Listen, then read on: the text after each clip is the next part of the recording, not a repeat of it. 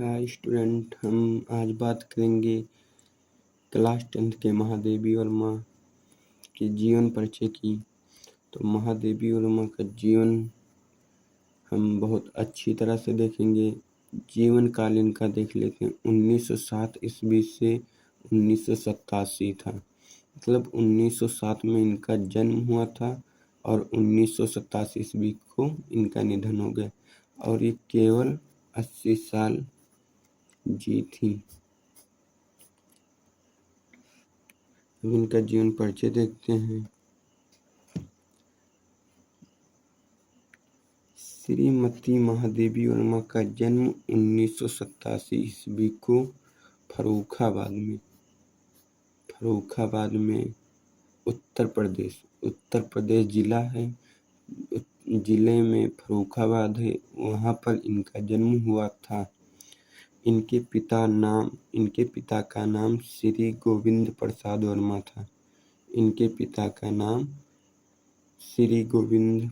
वर्मा था। इनकी माता का नाम श्रीमती हेमरानी देवी था। इनके पिता बड़े विद्वान तथा माता विदुषी और भक्त थी। इनके पिता संप्रदायहीनता तथा दार्शनिकता और माता की भाव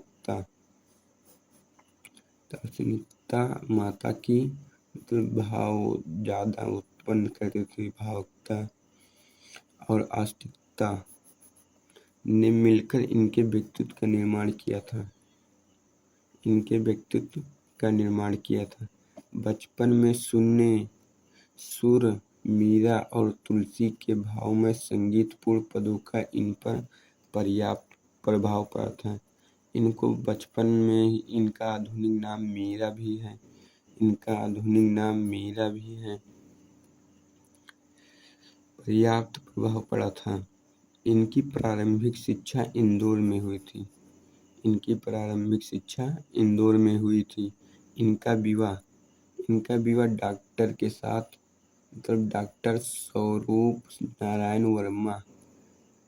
डॉक्टर स्वरूप नारायण वर्मा के साथ हुआ था। 14 वर्ष की अल्प आयु में हुआ था। 14 वर्ष की थी तो तभी इनके विवाह हो गया था।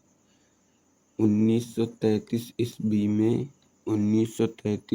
ईस्वी में इन्होंने एमए संस्कृत प्रथम श्रेणी में प्रयाग विश्वविद्यालय से उत्तीर्ण किया।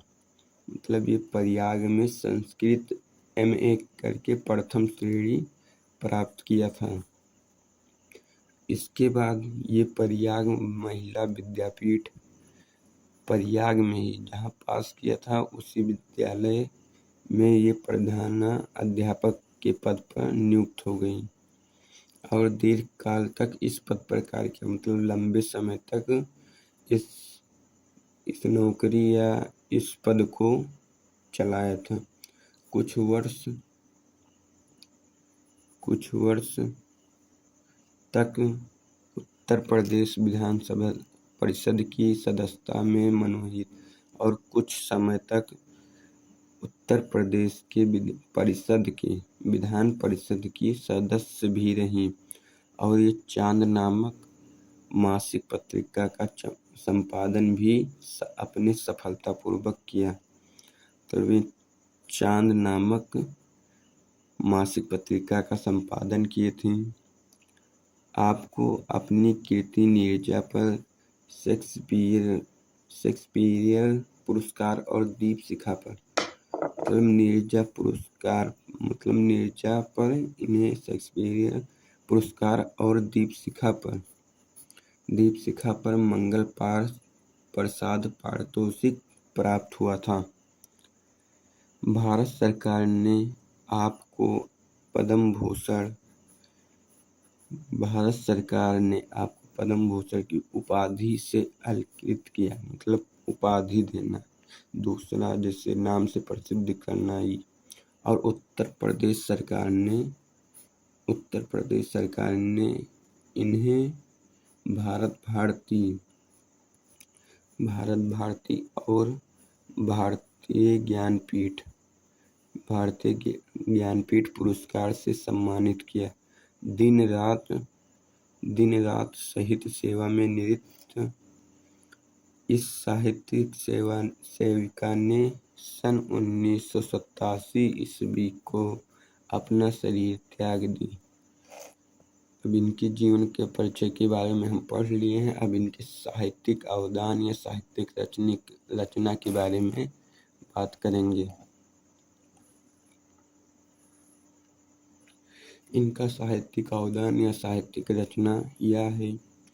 महादेवी वर्मा विलक्षण काव्य प्रतिभा से संपन्न काव्यत्री थी। मतलब काव्य प्रतिभा से संपन्न थी। इन्होंने मैट्रिक की परीक्षा उत्तीर्ण करने के बाद काव्य रचना प्रारंभ कर दी थी। मतलब ये पहले मैट्रिक की परीक्षा पास की थी, तब उसके बाद ये काव्य रचना प्रारंभ कर दी। इनकी कविताएं सर्वप्रथम चांद नामक पत्रिका में प्रकाशित हुई। चांद नामक पत्रिका में प्रकाशित हुई। इसके बाद ये निरंतर काव्य साधना में लगी रही। एक महान काव्यत्री के रूप में प्रसिद्ध हुई। ये एक महान काव्यत्री के रूप में प्रसिद्ध हो गई थी। इनके काव्य में विरह वेदना अद्वितीय समझी जाती है। इसी कारण इन्हें आधुनिक मीरा के नाम से जाना जाता है। हम आपको यही बताए थे, लेकिन ये यहाँ पर है। आधुनिक युग की मीरा से जानी जाती है, संबोधित की जाती है। विरह वेदना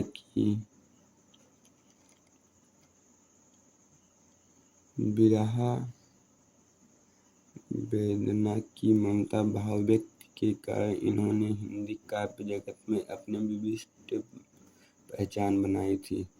काव्य जगत में अपनी पहचान बढ़ाई थी विरह वेदना के कारण। इनकी साहित्यिक अवदान या साहित्यिक रचना हो गया। अब रचनाएं देखेंगे। इनकी रचनाएं देखेंगे भाई लोग। श्रीमती महादेवी वर्मा अपने जीवन के प्रारंभिक काल से ही साहित्यिक सेवा में नहीं थी। वह लेखिका के एक साथ काव्यत्री भी थी। मतलब ये लेखिका भी थी, लेखक भी थी और काव्यत्री भी थी। अतः इन्होंने गद्य तथा पद्य दोनों में ही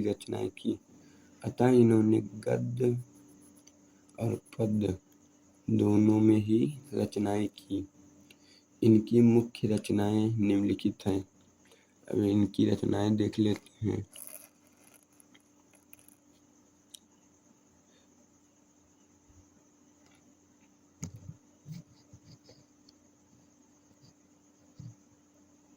गद्य रचनाएं स्मरण, अतीत के चलचित्र,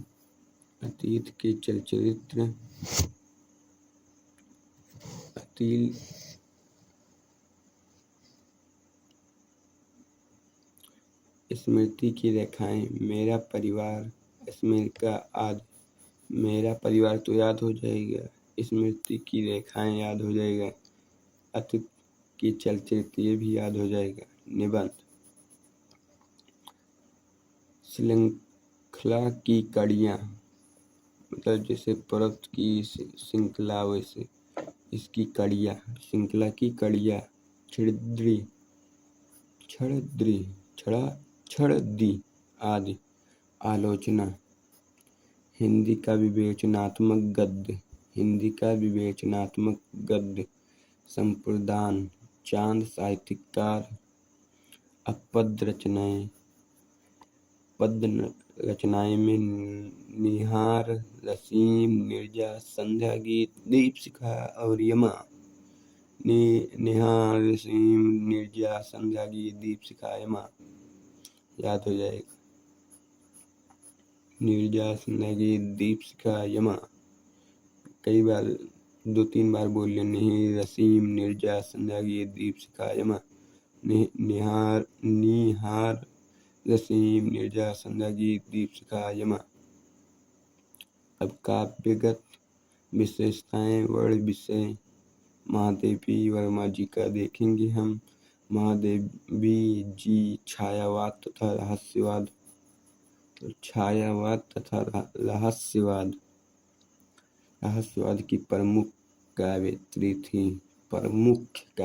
थी अतः इनके काव्य में आत्मा परमात्मा का मिलन।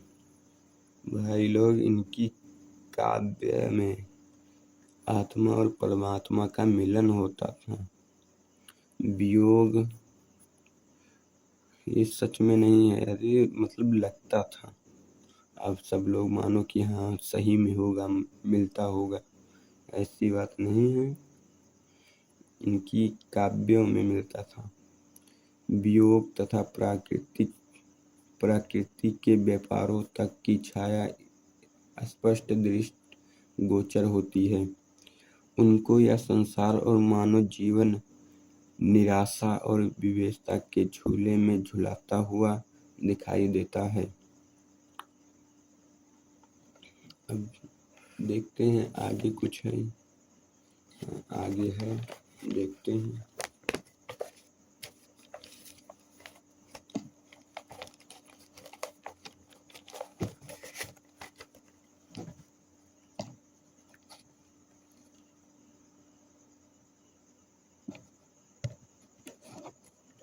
बड़ी समस्या उत्पन्न पड़ती है। अब देखेंगे पीड़ावाद।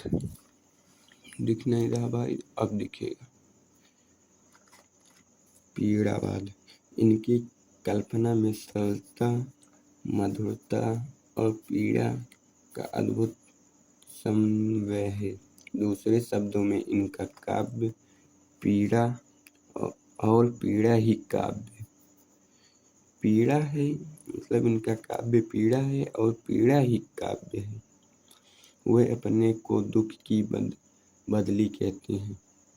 वे अपने को दुख की बदली कहते हैं, मतलब वो दुख से आई थी, बदल गई थी, इसीलिए दुख की बदली कहते हैं। में नीर एक पंक्ति लिखी है, पढ़ते हैं। में नीर भरी दुख की बदली परिचय इतना इतिहास यही, उमड़ी कल थी मिट आज चली। फिर से एक बार देखें। में नीर भरी दुख की बदली परिचय इतना इतिहास यही, उमड़ी कल थी मिट आज चली। मतलब कल उमड़ी थी, आज मिट गई। कल उमड़ी थी, आज मिट चली है। पहले नीर थी, अब दुख की बदली। परिचय इतना सा है, इतिहास यही। मतलब परिचय थोड़ा सा ही, लेकिन इतिहास इतना ही, यही है इतिहास। अब देखते हैं दार्शनिकता, देख लेते हैं। दार्शनिकता महादेवी वर्मा जी की भावनाओं पर आदित्य तथा बौद्ध दर्शन का प्रभाव दिखाई देता है। महादेवी वर्मा ने छायावाद तथा रहस्यवाद दोनों को ही एक दूसरे पर पर्याय समान लिया है। अब प्राकृतिक चित्रण देखते हैं। प्रकृति ने क्या दिया है चित्रण में। अन्य छायावादी और रहस्यवादी कवियों की भांति महादेवी वर्मा ने अपने काव्य में प्रकृति का सुंदर संश्लिष्ट चित्रण किया। मतलब महादेवी वर्मा जी ने प्राकृतिक के सुंदर संश्लिष्ट चित्रण किया है।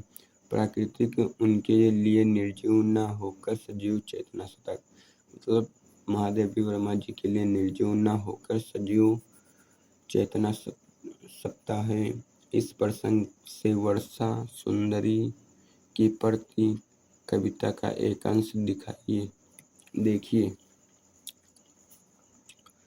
उच्छ्वासित वृक्ष पर चंचल है बकपांतों का अरविंद हार, तेरी नींव श्वास से छू भू को बन बन जाती मलियाज बयार। उच्छ्वासित वक्ष पर चंचल है बकपातों का अरविंद आहार। तेरी नींव श्वासे छू भू को बन बन जाती मलियाज बयार। अब जल्दी देख लेते हैं, वीडियो काफ़ी लंबा बन रहा भाई लोग, अब देख लेते हैं जल्दी से।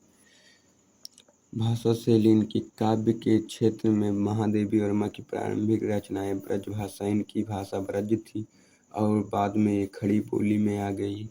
उनकी खड़ी बोली शुद्ध, मतलब जब खड़ी बोली में आई तो उनकी खड़ी बोली शुद्ध, मधुर, कोमल, इनमें से संस्कृत के तत्सम शब्दों की अधिकता, किंतु भाषा को मधुर तथा कोमल बनाने के लिए कहीं कहीं शब्दों को मनमाने ढंग से तोड़ा मरोड़ा गया। मतलब भाषा को मधुर बनाने के लिए, कोमल बनाने के लिए, मधुर बनाने के लिए कहीं कहीं शब्दों के मनमाने ढंग से तोड़ा मोड़ा गया है। सोचतम भावनाओं के चित्रण में इनकी भाषा संकेतात्मक हो जाती है, जिससे यह अस्पष्ट सी लगने लगती है। अब इनकी शैली देख लेते। अब इतना भाषा था, अब शैली है। पद के क्षेत्र में श्रीमती महादेवी वर्मा की शैली का धीरे धीरे विकास हुआ। मतलब श्रीमती महादेवी वर्मा जी का शैली में धीरे धीरे विकास हुआ था। इनकी शैली को भावात्मक शैली कहा जाता है। इनमें व्यंजनालक्षणिक प्रयोगों तथा समोक्तियों के कारण अस्पष्टता तथा दर्पणता आ जाती है, पर वह सर्वत्र मधुर तथा कोमल है। इनकी शैली में चित्रात्मक के दर्शन होते हैं। अब ये एक्स्ट्रा पॉइंट है, इसको हम देख लेते हैं। महादेवी वर्मा ने अपनी उत्कृष्ट रचनाओं में हिंदी साहित्य जो गरिमा प्रदान की है, ये एक्स्ट्रा है। वह अतुलनीय है। मीरा के पश्चात अकेली ऐसी महिला रचनाकार हुई हैं। मीरा के पश्चात, मतलब मीरा के पश्चात अकेली ऐसी महिला रचनाकार। ये इनका आधुनिक मीरा वाली बात नहीं हो रहा। आधुनिक मीरा इनकी वाली बात नहीं हो रहा। ये मीरा उनके जो श्री कृष्ण की दीवानी थी, आप पढ़े होंगे दो पाठ में, या 9th में था। पद की ये दूसरी रचनाकार महिला हैं जिन्होंने साहित्य के क्षेत्र में इतनी ख्याति अर्जित की। मतलब इन रचनाकार में ये बहुत आगे गई थी, क्षेत्र पर आगे गई थी। आई होप आप सब लोग को वीडियो समझ में आया होगा। से कोई गलती हुई होगी तो माफ़ करना भाई, पहली बार वीडियो बनाए हैं। सब्सक्राइब और लाइक करना